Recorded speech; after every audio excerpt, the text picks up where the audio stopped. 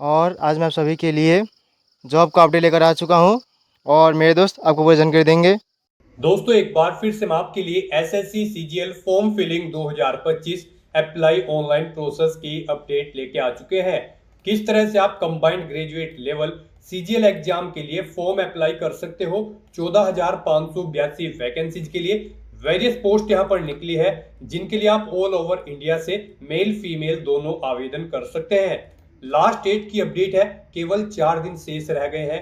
आप जल्द से जल्द अपने फॉर्म अप्लाई कर लें, कहीं मौका हाथ से छूट न जाए। ऑनलाइन आवेदन करते समय आपको कोई भी ऐसी गलती या फिर मिस्टेक नहीं करनी होगी जिसको करने से आपके फॉर्म रिजेक्ट हो सकते हैं।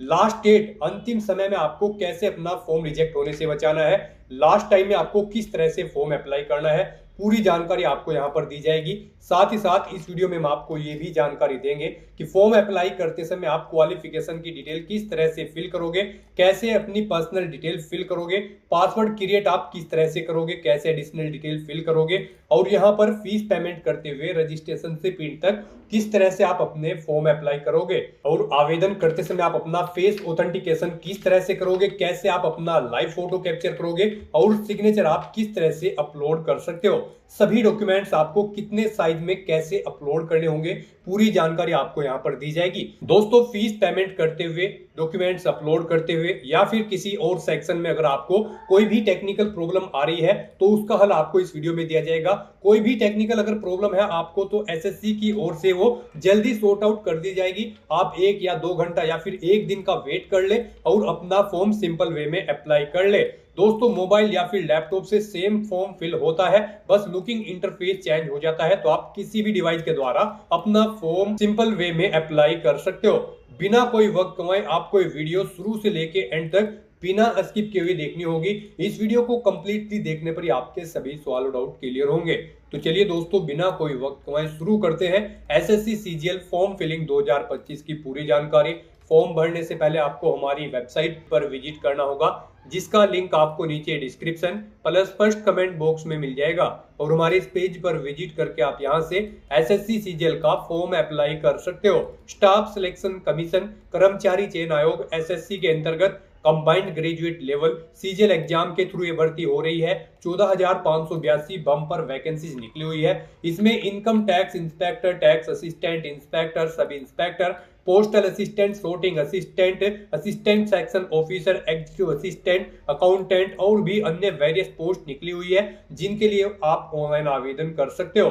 सभी पोस्ट के लिए आपको यहाँ पर इसमें सैलरी की जानकारी दी गई है, और यहाँ पर कौन सी पोस्ट किस डिपार्टमेंट के लिए निकली है, क्या उसकी क्लासिफिकेशन है, जैसे कि ग्रुप बी या फिर ग्रुप सी के अंतर्गत कौन सी पोस्ट है, यहाँ पर आयु सीमा की आपको जानकारी मिल जाएगी। तो सभी पोस्ट के लिए आप चेकआउट कर सकते हो कि कौन सी पोस्ट किस डिपार्टमेंट के अंतर्गत है, जैसे कि असिस्टेंट सेक्शन ऑफिसर यहाँ पर रेलवे के अंतर्गत भी निकली है, इंटेलिजेंस ब्यूरो के अंतर्गत भी निकली है खुफिया विभाग में, और यहाँ पर आप जैसे स्क्रॉल डाउन करोगे तो और भी डिपार्टमेंट है, जैसे कि इंस्पेक्टर की यहाँ पर इंडिया पोस्ट ऑफिस के अंतर्गत निकली है, इंस्पेक्टर की सेंट्रल ब्यूरो ऑफ नार्कोटिक्स में यहाँ पर निकली है। इसी तरह से लेवल 6 के अंतर्गत जो सैलरी है उनके लिए भी पोस्ट यहाँ पर दी गई। जो sorting असिस्टेंट, पोस्टल असिस्टेंट है, वो भी यहाँ पर इंडिया पोस्ट ऑफिस में निकली हुई है, वो भी आप चेकआउट कर सकते हो। तो यहाँ पर अलग अलग डिपार्टमेंट के अंतर्गत पोस्ट है, और उनकी आपको क्वालिफिकेशन की जानकारी भी यहाँ पर दी गई है, एज लिमिट और सैलरी की जानकारी दी गई है। तो लास्ट डेट की अपडेट है, आप जल्द से जल्द अपना फॉर्म अप्लाई कर ले।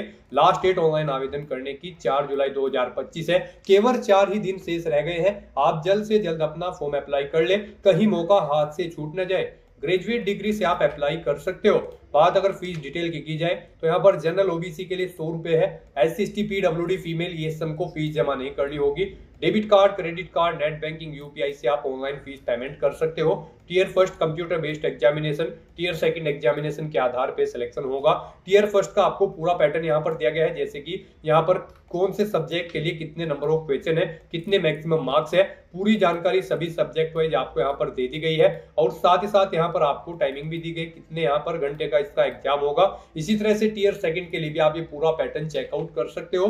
स्क्रॉल डाउन करते हुए देख सकते हो अप्लाई मोड, यहाँ पर ऑनलाइन तरीके से आप अप्लाई कर सकते हो, ऑल इंडिया से अप्लाई कर सकते हो।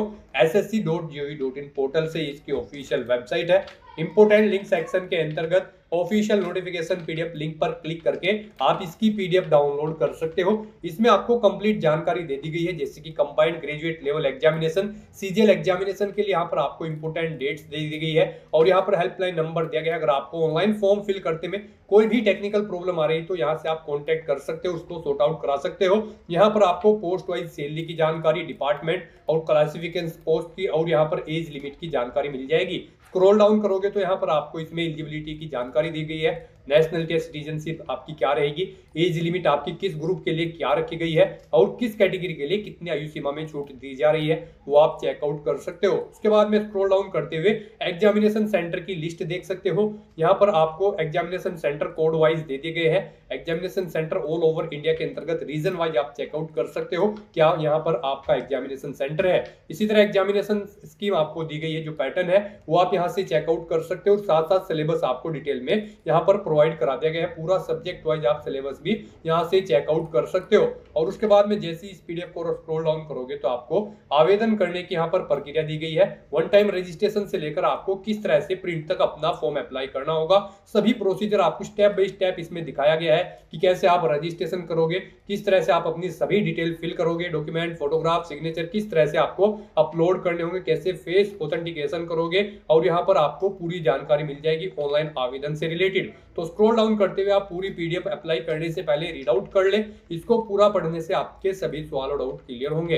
पीडीएफ रीड आउट करने के बाद में आपको अप्लाई ऑनलाइन लिंक पर क्लिक करना होगा, तो आपके सामने ऑनलाइन आवेदन करने का ये ऑफिशियल पोर्टल ओपन हो जाएगा। गाइस, यहाँ पर आने के बाद आपको इस वेबसाइट के टॉप पर ही लॉगिन और रजिस्टर की ये टैब दी गई है, आपको इस पर क्लिक करना है। उसके बाद आपके सामने ये पॉपअप शो होगा। यहाँ पर अगर आपने पहले से रजिस्ट्रेशन कर रखा है और अपनी आधार इनेबल प्रोसेस कंप्लीट कर रखी है तो यहाँ पर बस अब आपको अपना रजिस्ट्रेशन नंबर एंटर करना है, अपना पासवर्ड आपको एंटर करना है, ये कैप्चा कोड आपको यहाँ पर एंटर करना है और लॉगिन की इस टैब पर क्लिक करते हुए आपको अपने डैशबोर्ड में लॉगिन कर लेना है और वहां से अपना फॉर्म अप्लाई करना है। गाइड, हम आपको बता दें यहाँ पर एसएससी ने आधार इनेबल प्रोसेस कर दिया है।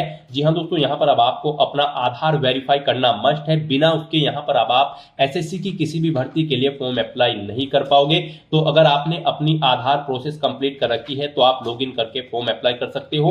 और अगर आप एसएससी की किसी भी भर्ती के लिए फर्स्ट टाइम अप्लाई करने जा रहे हो या फिर आप नए सिरे से रजिस्ट्रेशन करना चाहते हो तो यहाँ पर आपको न्यू यूजर रजिस्टर नाउ का ये लिंक दिया गया है, आपको रजिस्टर नाउ के इस लिंक पर क्लिक करना है।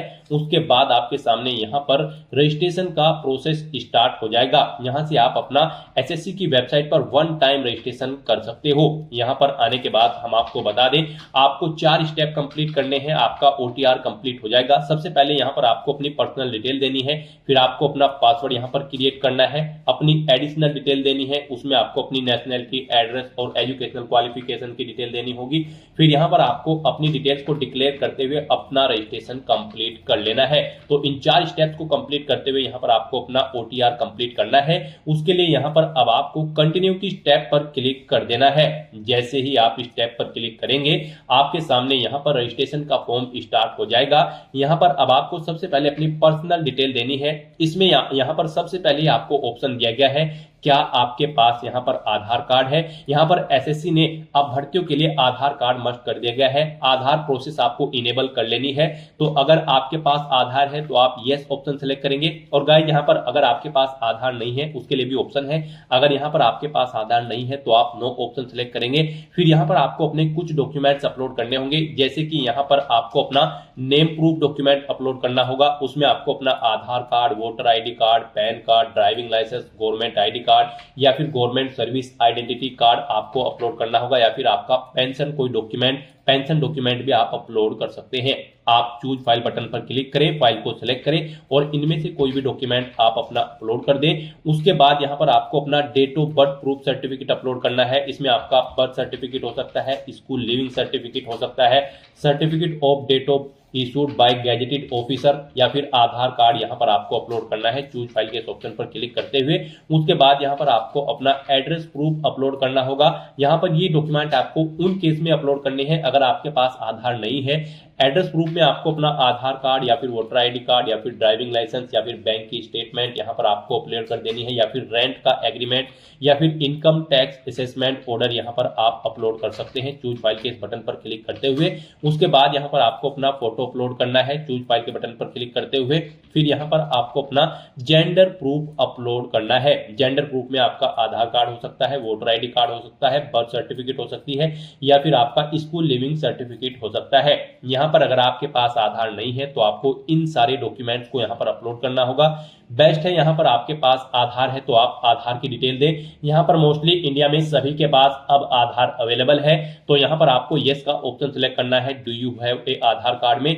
और उसके बाद यहाँ पर गाइड आपको अपना आधार नंबर यहाँ पर एंटर करना है। वही नंबर एक बार फिर से आपको एंटर करके उसे वेरीफाई कर लेना है। और फिर यहाँ पर गाइज आपको इस चेकबॉक्स को ओके करना है। इस I have state that I know objection in details को रीड करने के बाद यहाँ पर अगर आप अपना ओटीपी सुनना चाहते हैं तो स्विच टू हिंदी या फिर इंग्लिश, जिस भी लैंग्वेज में आप चाहते हैं यहाँ पर उस पर क्लिक करके उसे स्विच कर ले। और फिर आप इस ऑप्शन पर क्लिक करते हुए, जी हाँ दोस्तों, इस माइक के ऑप्शन पर क्लिक करते हुए आप अपना ओटीपी सुन ले और फिर उसे यहाँ पर एंटर कर दे। और गाइज यहाँ पर अगर आप सुनना नहीं चाहते हैं तो फिर यहाँ पर आपको सेंड ओटीपी के इस ऑप्शन पर क्लिक करना है। फिर आपके रजिस्टर्ड मोबाइल नंबर पर जिससे आपका आधार लिंक है उस पर एक ओटीपी आएगा, वो ओटीपी आपको यहाँ पर एंटर करना है। और फिर गाइज आपको वेरीफाई ओटीपी के ऑप्शन पर क्लिक करके अपना आधार वेरीफाई कर लेना है। फिर आपके सामने यहाँ पर शो हो जाएगा आपका आधार सक्सेसफुली वेरीफाइड हो चुका है। ग्रीन कलर में आपको वेरीफाइड का ऑप्शन यहाँ पर मिल जाएगा। उसके बाद गाइस यहाँ पर आपको अपना नाम एंटर करना है अपनी 10वीं की मार्कशीट के अकॉर्डिंग। फिर आपको वही नाम एक बार फिर से एंटर करके वेरीफाई कर लेना है। फिर आपसे पूछा गया है कि क्या आपने कभी अपना नाम चेंज किया है। अगर किया है तो आप यहाँ पर यस ऑप्शन सेलेक्ट करें और फिर वो चेंज नेम यहाँ पर आप एंटर करें। फिर उसे एक बार फिर से एंटर करके वेरीफाई कर ले। और अगर आपने अपना नाम कभी चेंज नहीं किया है तो यहाँ पर आपको नो ऑप्शन ही सिलेक्ट रहने देना है। उसके बाद यहाँ पर आपको अपना जेंडर सिलेक्ट करना है, आप मेल हो, फीमेल हो या फिर ट्रांसजेंडर, आप अपने अकॉर्डिंग ऑप्शन सिलेक्ट करें। दोबारा से अपना जेंडर सिलेक्ट करके उसे वेरीफाई कर ले। फिर यहाँ पर आपको अपनी डेट ऑफ बर्थ सिलेक्ट कर लेनी है इस कैलेंडर में से। यहाँ पर आपको अपनी ये डेट ऑफ बर्थ अपनी 10वीं की मार्कशीट के अकॉर्डिंग सिलेक्ट करनी है। वही डेट ऑफ बर्थ आपको एक बार फिर से सिलेक्ट कर लेनी है कैलेंडर में से वेरिफिकेशन के लिए। फिर यहाँ पर आपको अपने फादर का नाम एंटर करना है। उसके बाद यहाँ पर आपको अपने फादर का नाम एक बार फिर से एंटर करके उसे कंफर्म कर लेना है। फिर आप अपनी मदर का नाम एंटर करें, अपनी मदर का नाम एक बार फिर से एंटर करके उसे कंफर्म कर ले। आपके फादर और मदर का नेम भी आपकी 10वीं की मार्कशीट के अकॉर्डिंग होना चाहिए और इनके नाम से पहले मिस्टर, मिसिस, श्रीमती, लेट या फिर डॉक्टर नहीं लगाना है आपको। उसके बाद यहाँ पर आपको अपना 10वीं क्लास का एजुकेशन बोर्ड सिलेक्ट करना है, किस बोर्ड से आपने यहाँ पर अपनी 10वीं क्लास पास आउट की है। उसके बाद यहाँ पर आपको उसे दोबारा से सिलेक्ट करके कंफर्म कर लेना है जिस बोर्ड से आपने अपनी 10वीं क्लास यहाँ पर पास आउट की है। उसके बाद गाइस यहाँ पर आपको अपनी 10वीं क्लास का रोल नंबर देना है, एक बार फिर से उसे एंटर करके कंफर्म कर लेना है। फिर पासिंग ईयर आपको सिलेक्ट कर लेना है, किस ईयर में आपने अपनी 10वीं क्लास पास आउट की है। हाईएस्ट क्वालिफिकेशन क्या है आपकी, 10वीं, 12वीं, ग्रेजुएशन, पोस्ट ग्रेजुएशन, आप अपने अकॉर्डिंग यहाँ पर ऑप्शन सिलेक्ट करें। फिर यहाँ पर आप दोबारा से अपनी हायर क्वालिफिकेशन सिलेक्ट करें। उसके बाद यहाँ पर आपको अपना मोबाइल नंबर और ईमेल आईडी एंटर करनी है और इन्हें यहाँ पर आपको वेरीफाई कर लेना है। इनके सामने आपको सेंड ओटीपी का ऑप्शन दिया गया है, आप सेंड ओटीपी के ऑप्शन पर क्लिक करें। उसके बाद आपके रजिस्टर्ड मोबाइल नंबर और ईमेल आईडी पर ओटीपी आएंगे, वो ओटीपी आप यहाँ पर एंटर करके अपने मोबाइल नंबर और ईमेल आईडी को वेरीफाई कर लें और उसके बाद गाइस यहाँ पर आप सेव एंड नेक्स्ट के ऑप्शन पर क्लिक कर दें। इस तरह से यहाँ पर आपकी पर्सनल डिटेल सक्सेसफुली सेव हो जाएगी। उसके बाद यहाँ पर आपको एक रजिस्ट्रेशन नंबर प्रोवाइड करा दिया गया है। यह रजिस्ट्रेशन नंबर आपको केयरफुली नोट डाउन करके रख लेना है फ्यूचर यूज के लिए। यह रजिस्ट्रेशन नंबर आपकी रजिस्टर्ड मोबाइल नंबर और ईमेल आईडी पर भी सबमिट कर दिया गया है, तो आप इसे केयरफुली नोट डाउन करके रखें फ्यूचर यूज के लिए। और यहाँ पर अब आपको कंटिन्यू के इस ऑप्शन पर क्लिक कर देना है। नेक्स्ट आपके सामने कुछ इस तरह से इंटरफेस ओपन होगा। अब यहाँ पर आपको जो रजिस्ट्रेशन नंबर मिला है वो रजिस्ट्रेशन नंबर आपको एंटर करना है। उस रजिस्ट्रेशन नंबर के साथ साथ ही आपकी ईमेल आईडी और मोबाइल नंबर पर एक पासवर्ड भी आया होगा, वो पासवर्ड यहाँ पर आपको एंटर करना है। उसके बाद आपको ये कैप्चा कोड यहाँ पर एंटर करना है और फिर गाइस यहाँ पर आपको साइन इन के इस ऑप्शन पर क्लिक कर देना है। नेक्स्ट यहाँ पर आपको अपना पासवर्ड चेंज करना है। यहाँ पर अब आपको सबसे पहले अपना ओल्ड पासवर्ड एंटर करना है, वो वाला पासवर्ड जो आपके रजिस्टर्ड मोबाइल नंबर और ईमेल आईडी पर आया है आपके रजिस्ट्रेशन नंबर के साथ। और उसके बाद यहाँ पर आपको अपना नया पासवर्ड क्रिएट करना है। यहाँ पर इस पासवर्ड को क्रिएट करने के लिए आपको गाइडलाइन दी गई है। आपका पासवर्ड कम से कम 8 कैरेक्टर का होना चाहिए और ये अल्फा न्यूमेरिक फॉर्मेट में होना चाहिए। मींस आपके पासवर्ड में कम से कम एक अपर केस कैरेक्टर, एक लोअर केस कैरेक्टर, एक इंटीजर नंबर, एक स्पेशल कैरेक्टर जैसे कि @ या फिर $ होना चाहिए। तो इस फॉर्मेट में यहाँ पर आपको अपना पासवर्ड क्रिएट करना है। वही पासवर्ड आपको कंफर्म पासवर्ड फील्ड में एंटर करना है। उसके बाद यहाँ पर आपको एक सिक्योरिटी क्वेश्चन सिलेक्ट करना है। यहाँ पर आप कोई भी सिक्योरिटी क्वेश्चन सिलेक्ट करें, उसका आंसर दें। फिर यहाँ पर आप दूसरा सिक्योरिटी क्वेश्चन सिलेक्ट करें और फिर उसका आंसर यहाँ पर आप दें। और उसके बाद गाइस यहाँ पर आप सेव एंड नेक्स्ट के इस ऑप्शन पर क्लिक कर दें। इस तरह से यहाँ पर आपका पासवर्ड चेंज हो जाएगा। फिर आपके सामने कुछ इस तरह से इंटरफेस ओपन होगा। अब यहाँ पर आपको दोबारा से अपना रजिस्ट्रेशन नंबर एंटर करना है, अपना पासवर्ड आपको एंटर करना है। नया पासवर्ड जो आपने चेंज किया है वो पासवर्ड यहाँ पर आपको एंटर करना है। ये कैप्चा कोड आपको यहाँ पर एंटर करना है और उसके बाद गाइस आपको लॉगिन के इस ऑप्शन पर क्लिक कर देना है। लॉगिन करने के बाद अब यहाँ पर आपको अपनी एडिशनल डिटेल्स प्रोवाइड करानी है। सबसे पहले यहाँ पर आपको अपनी कैटेगरी सिलेक्ट कर लेनी है, किस कैटेगरी से आप बिलोंग करते हैं। फिर यहाँ पर आपको अपनी कैटेगरी दोबारा से सिलेक्ट करके उसे वेरीफाई कर लेना है। फिर आपको अपनी नेशनलिटी यहाँ पर सिलेक्ट कर लेनी है।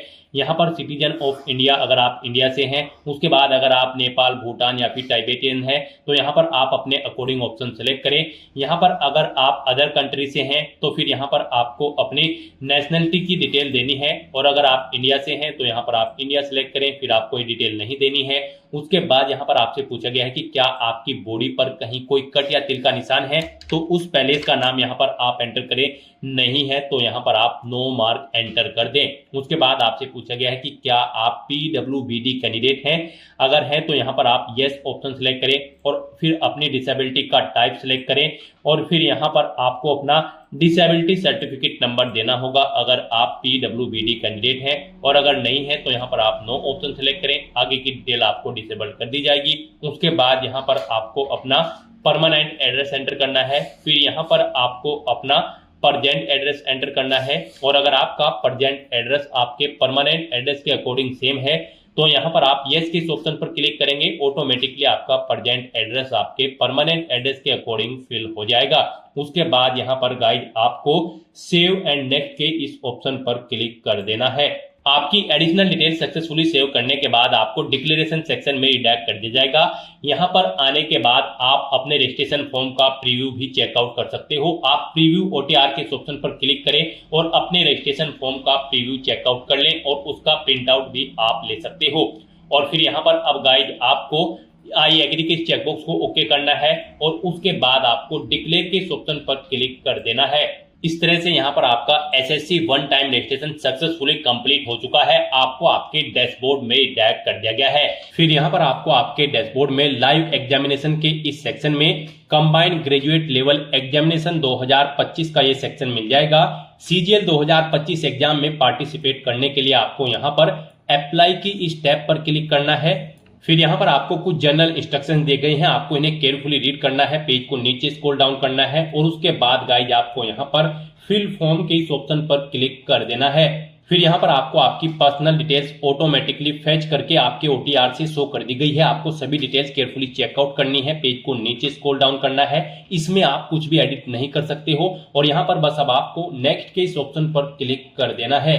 नेक्स्ट यहाँ पर आपको अपनी एजुकेशनल क्वालिफिकेशन की डिटेल देनी है। गाइस यहाँ पर सबसे पहले आपको अपनी हाईएस्ट क्वालिफिकेशन सिलेक्ट कर लेनी है। आपकी क्या हाईएस्ट क्वालिफिकेशन है, ग्रेजुएशन या फिर पोस्ट ग्रेजुएशन या फिर PhD। कम से कम आपका ग्रेजुएट डिग्री पास आउट होना जरूरी है CGL 2025 एग्जाम में पार्टिसिपेट करने के लिए। तो अपने अकॉर्डिंग यहाँ पर आप अपनी क्वालिफिकेशन सिलेक्ट करें। फिर यहाँ पर आपको क्वालिफाइंग एजुकेशनल क्वालिफिकेशन की डिटेल देनी है। यहाँ पर आपको सिलेक्ट करना है आपके पास ग्रेजुएट डिग्री है या फिर इसके इक्विवेलेंट या फिर आपके पास डीम्ड ग्रेजुएट सर्टिफिकेट है जो कि इशूड है बाय आर्म फोर्सेज। आप अपने अकॉर्डिंग यहाँ पर अपनी क्वालिफिकेशन सिलेक्ट करें जो कि इस एग्जाम के लिए रिक्वायर्ड है। उसके बाद यहाँ पर आप बताएं आप पास आउट हो चुके हो अपनी इस रिक्वायर्ड क्वालिफिकेशन में या फिर फाइनल ईयर में एप्टेड हो, आप अपने अकॉर्डिंग यहाँ पर ऑप्शन सेलेक्ट करें। फिर यहाँ पर आपको अगर पास आउट आप हो चुके हो तो पासिंग ईयर सेलेक्ट कर लेना है। उसके बाद यहाँ पर आपको स्टेट सेलेक्ट करना है जहां से आपने अपनी एक ग्रेजुएशन पास आउट की है। उसके बाद गाइस यहाँ पर आपको यूनिवर्सिटी या फिर इंस्टीट्यूट का नाम सेलेक्ट करना है जिससे आपने अपनी ये ग्रेजुएशन कंप्लीट की है। फिर यहाँ पर आपको अपनी ग्रेजुएशन का रोल नंबर एंटर कर देना है और फिर बताना है कि आपके मार्क्स परसेंटेज में है या फिर सीजीपीए में है। परसेंटेज में अगर है तो यहाँ पर आप अपनी परसेंटेज एंटर कर दे।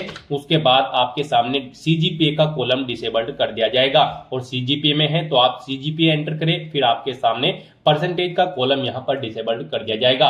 इस तरह से आपको अपनी एक एजुकेशनल क्वालिफिकेशन की डिटेल प्रोवाइड करनी है और उसके बाद आपको सेव एंड नेक्स्ट के इस ऑप्शन पर क्लिक कर देना है।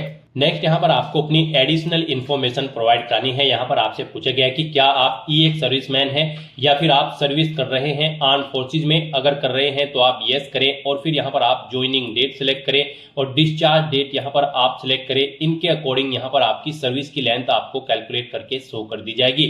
और यहाँ पर अगर आप एक सर्विसमैन नहीं हो या फिर आप आर्म फोर्सेज में सर्विस नहीं कर रहे हैं तो फिर आपको नो ऑप्शन सेलेक्ट कर लेना है। उसके बाद आपसे पूछा गया है कि क्या आपको एज में रिलैक्सेशन चाहिए। अगर चाहिए तो आप यस ऑप्शन सेलेक्ट करें और फिर अपना एज रिलैक्सेशन कोड यहाँ पर सेलेक्ट कर ले। इनमें से जो भी आपका एज रिलैक्सेशन कोड है जिस क्राइटेरिया के अंतर्गत आप आते हैं, और नहीं आपको एज में रिलैक्सेशन चाहिए तो आपको नो ऑप्शन सेलेक्ट करना है। उसके बाद यहाँ पर आपसे पूछा गया कि क्या आप अपनी पर्सनल इंफॉर्मेशन को यहाँ पर अवेलेबल कराना चाहते हो एसएससी को in terms of DOPNT and OM number इसके।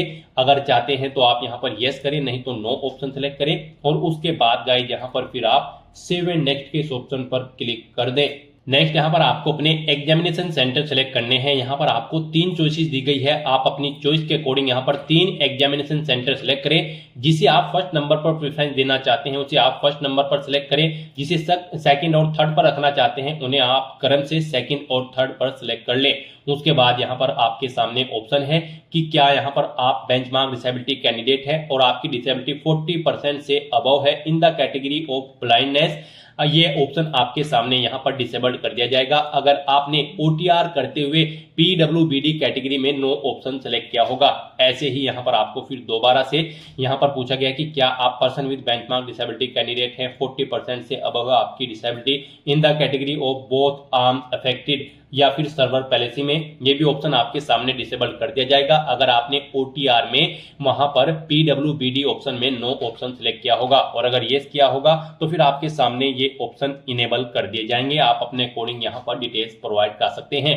उसके बाद यहाँ पर आपसे पूछा गया है कि क्या आपको फिजिकली लिमिटेशंस है to write as per para 7.2 और 7.3 ऑफ द नोटिस। अगर है फिजिकल लिमिटेशन तो आप यस ऑप्शन सेलेक्ट करें और फिर आप अपना रिक्वायर्ड सर्टिफिकेट यहाँ पर फिजिकल लिमिटेशन का अपलोड करें। आप चूज फाइल बटन पर क्लिक करें, फाइल को सेलेक्ट करें और अपना सर्टिफिकेट अपलोड कर दें। और नहीं है आपको फिजिकल लिमिटेशंस तो आपको नो ऑप्शन सेलेक्ट करना है।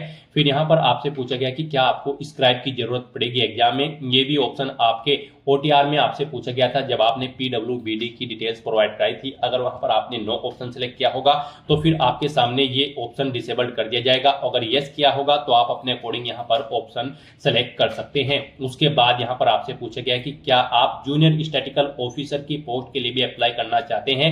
अगर चाहते हैं तो आप यस करें। और फिर यहाँ पर आपसे पूछा गया कि क्या आपने इसेंशियल यानी कि आवश्यक क्वालिफिकेशन जूनियर स्टैटिकल ऑफिसर का कंप्लीट कर लिया है तो यहाँ पर आपको यस करना होगा। और अगर आप जूनियर स्टैटिकल ऑफिसर की पोस्ट के लिए अप्लाई नहीं करना चाहते हैं तो आप यहाँ पर नो ऑप्शन सेलेक्ट करें। सेकंड ऑप्शन भी आपके सामने डिसेबल्ड कर दिया जाएगा। उसके बाद यहाँ पर आपसे पूछा गया है कि क्या यहाँ पर आप स्टैटिकल इन्वेस्टिगेटर ग्रेड 2 की पोस्ट के लिए अप्लाई करना चाहते हैं। अगर चाहते हैं तो यस करें और फिर आप अपना EQ स्टेटस यहाँ पर सेलेक्ट करें यानी कि स्टैटिकल इन्वेस्टिगेटर ग्रेड 2 की इसेंशियल यानी कि आवश्यक क्वालिफिकेशन आपने पास आउट कर ली है। अगर कर ली है तो यस करें, नहीं की है तो आप नो ऑप्शन सेलेक्ट करें। फिर यहाँ पर आप एलिजिबल नहीं होंगे तो यहाँ पर भी आप अपनी चॉइस के अकॉर्डिंग ऑप्शन सेलेक्ट करें कि क्या आप स्टैटिकल इन्वेस्टिगेटर ग्रेड 2 की पोस्ट के लिए अप्लाई करना चाहते हैं या फिर नहीं। आप अपने अकॉर्डिंग यस या नो ऑप्शन सेलेक्ट करते हुए डिटेल प्रोवाइड कर दें। इस तरह से अपनी डिटेल प्रोवाइड करने के बाद फिर आपको पेज को नीचे स्क्रॉल डाउन करते हुए सेव एंड नेक्स्ट के इस ऑप्शन पर क्लिक कर देना है।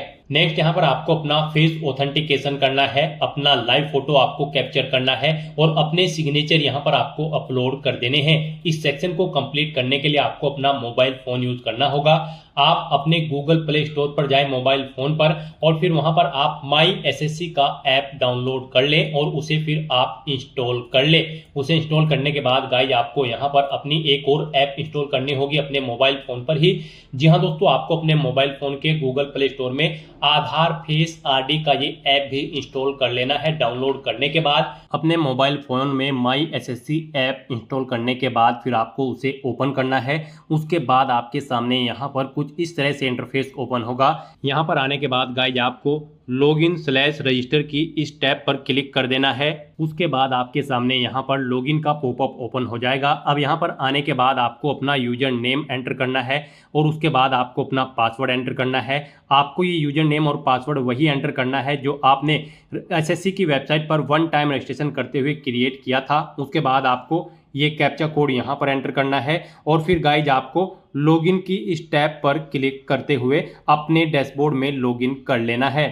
फिर यहाँ पर आपका डैशबोर्ड आपके सामने शो हो जाएगा। यहाँ पर आने के बाद अब आपको डैशबोर्ड के इस ऑप्शन पर क्लिक करना है। यहाँ पर आने के बाद में आपको माई एप्लीकेशन की इस टैब पर क्लिक करना है। फिर यहाँ पर आपके सामने जो भी करंट में वैकेंसी चल रही है उनकी लिस्ट शो कर दी जाएगी। आप यहाँ पर एसएससी की जिस भी भर्ती के लिए अप्लाई करना चाहते हैं उसी भर्ती के लिए आपको कंटिन्यू की टैब पर क्लिक करना होगा। यहाँ पर आपको आपकी पर्सनल डिटेल शो कर दी जाएगी। इसी तरह से आपको एजुकेशनल डिटेल शो कर दी जाएगी। उसके बाद में एडिशनल इंफॉर्मेशन शो कर दी जाएगी और उसके बाद में आधार ऑथेंटिकेशन वेरिफिकेशन की डिटेल शो की जाएगी। तो आपको सेव एंड नेक्स्ट की टैब पर क्लिक करते हुए step by step Aadhaar authentication verification के सेक्शन में आना होगा। यहाँ पर आने के बाद में आपको इस चेकबॉक्स को ओके करना होगा और यहाँ पर आधार फेस ऑथेंटिकेशन की टैब पर क्लिक करना होगा। आधार फेस ऑथेंटिकेशन की टैब पर क्लिक करने के बाद में आपको आधार फेस आरडी का एप्लीकेशन डाउनलोड करना है। अगर आपके मोबाइल में पहले से ही आधार फेस आरडी इंस्टॉल्ड है तो आपको डायरेक्टली अपना फेस ऑथेंटिकेट करना होगा। यहाँ पर आपको अपना फेस इस सर्कल में लाना होगा और अपनी आंखों को 2 बार ब्लिंक करना होगा तो आपका फोटो यहाँ पर ऑथेंटिकेट हो जाएगा। उसके बाद में आपको यहाँ पर सेव एंड नेक्स्ट की इस टैब पर क्लिक करना होगा। फिर यहाँ पर आपको अपना लाइव फोटो कैप्चर करना है और अपने सिग्नेचर अपलोड करने हैं। ये आप अपने मोबाइल फोन से भी कर सकते हैं या फिर आप अपने कंप्यूटर से भी इन्हें कंप्लीट कर सकते हैं। उसके लिए आपको सभी इंस्ट्रक्शंस यहाँ पर दिए गए हैं। जिस स्थान पर आप अपना फोटो कैप्चर करेंगे वहां पर प्रॉपर वे में लाइट होनी चाहिए और प्लेन बैकग्राउंड आपका होना चाहिए और आपकी आंखें कैमरे की तरफ होनी चाहिए। बिल्कुल सीधा आपको देखना है कैमरे की तरफ और यहाँ पर रेड कलर का जो रेक्टेंगल होगा उसमें पूरा फेस आपका कवर्ड होना चाहिए। फोटो कैप्चर करते समय आपको कोई भी कैप, मास्क या फिर सनग्लासेस नहीं पहनने हैं और यहाँ पर साथ ही साथ आपको ईयरफोन या फिर कोई अन्य डिवाइस भी अपने कानों में नहीं रखना है जब आप अपना लाइव फोटो यहाँ पर कैप्चर करेंगे।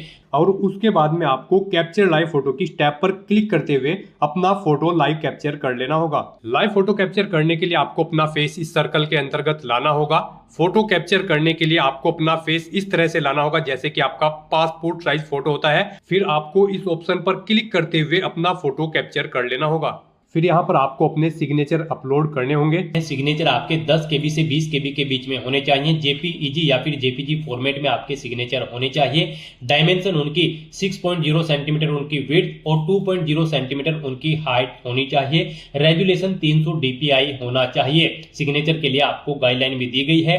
आप यहाँ पर क्लिक हियर टू रीड के इस लिंक पर क्लिक करें और यहाँ पर आपके सामने ये PDF ओपन हो जाएगी। इसमें आप चेकआउट कर सकते हो कि किस तरह से आपके सिग्नेचर होने चाहिए। यहाँ पर एक बॉक्स के अंदर आपके सिग्नेचर होने चाहिए। कुछ इस तरह से यहाँ पर आपके सिग्नेचर एक्सेप्टेबल होंगे। गाइस इस फॉर्मेट में आपके सिग्नेचर एक्सेप्टेबल होंगे और इन फॉर्मेट्स में आपके सिग्नेचर यहाँ पर एक्सेप्टेबल नहीं होंगे। आपको इन्हें केयरफुली चेकआउट कर लेना है। एग्जांपल्स आपको यहाँ पर दिए गए हैं, इनके अकॉर्डिंग आपको अपने सिग्नेचर करने हैं। सिग्नेचर अपलोड करने के लिए आपको अपलोड योर सिग्नेचर की टैब पर क्लिक करना होगा। इस टैब पर आप क्लिक करें, अपनी फाइल को सिलेक्ट करें और यहाँ पर अपना सिग्नेचर अपलोड कर दें। उसके बाद में यहाँ पर आपको सेव एंड नेक्स्ट की इस टैब पर क्लिक करना होगा। तो दोस्तों इस तरह से आपका आधार ऑथेंटिकेशन वेरिफिकेशन कंप्लीट हो जाएगा। आपका लाइव फोटो कैप्चर हो जाएगा और आपके सिग्नेचर भी अपलोड हो जाएंगे। नेक्स्ट यहाँ पर आपको आपके एप्लीकेशन फॉर्म का पूरा प्रीव्यू शो कर दिया गया है। आपको सभी डिटेल्स केयरफुली चेकआउट करनी है। पेज को नीचे स्क्रॉल डाउन करना है। कहीं पर कोई मिस्टेक है तो आप गो बैक के बटन पर क्लिक करके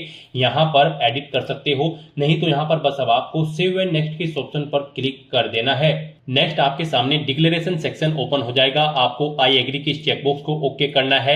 ये कैप्चा कोड आपको यहाँ पर एंटर करना है और उसके बाद गाइज आपको सबमिट के इस ऑप्शन पर क्लिक कर देना है। इस तरह से यहाँ पर आपका एप्लीकेशन फॉर्म सक्सेसफुली सबमिट हो जाएगा। आपको मैसेज शो हो जाएगा।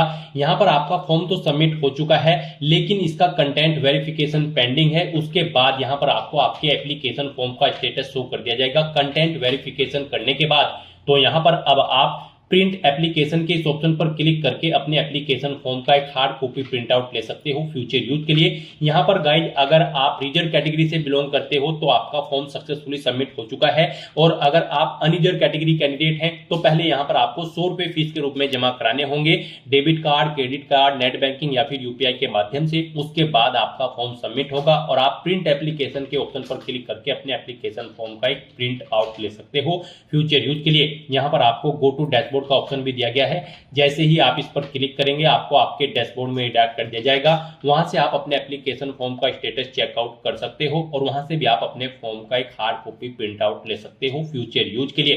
तो दोस्तों ऐसे आप एसएससी सीजीएल 2025 के लिए अपना फॉर्म अप्लाई कर सकते हो बिना कोई मिस्टेक किए हुए। आज की इस वीडियो में बस इतना ही। आई होप ये वीडियो आपको पसंद आई होगी। अगर पसंद आई हो तो इसे लाइक और शेयर करें। चैनल पर नए हो तो इसे सब्सक्राइब कर लें। Thanks for watching.